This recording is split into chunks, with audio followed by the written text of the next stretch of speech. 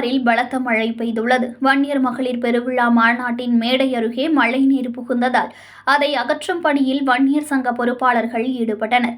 மயிலாடுதுறை மாவட்டம் பூம்புகார் வன்னியர் மகளிர் பெருவிழா மாநாட்டில் இன்னும் சற்று நேரத்தில் பாமக நிறுவனர் மருத்துவர் ராமதாஸ் உரையாற்ற உள்ள நிலையில் பல்லாயிரக்கணக்கான மக்கள் மாநாட்டு பந்தலுக்கு சுமார் 1/2 கிலோமீட்டர் தூரத்திற்கு முன்னதாகவே வாகனங்களில் இருந்து இறங்கி உற்சாக கோஷம் எழுப்பியபடி பந்தலை நோக்கி வந்து கொண்டிருக்கிறார்கள். இந்த நிலையில் வானம் கருமேகம் சூழ்ந்து பலத்த மழை பெய்தது.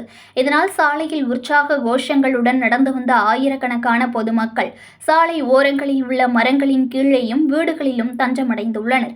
மாநாட்டில் திறந்த வெளியிலும் இருக்கைகள் போடப்பட்டு பெண்கள் தொண்டர்கள் அமர்ந்திருந்த நிலையில் பலத்த மழை காரணமாக பொதுமக்கள் ஆங்காங்கே கிடைத்த இடத்தில் மழையில் நனையாமல் இருக்க ஒதுங்கினர். இன்னும் சிறிது நேரத்தில் பாமக நிறுவனர் மருத்துவர் ராமதாஸ் உரையாற்ற உள்ள நிலையில் மேடையின் அருகே மழைநீர் புகுந்ததால் அதை அகற்றும் வகையில் வன்னியர் சங்க தோழர்கள் அதை அகற்றும் பணியில் ஈடுபட்டனர். செய்திகளை உடனுக்குடன் தெரிந்து கொள்ள லைக் பண்ணுங்க, ஷேர் பண்ணுங்க, சப்ஸ்கிரைப் பண்ணுங்க, மறக்காம கமெண்ட் பண்ணுங்க.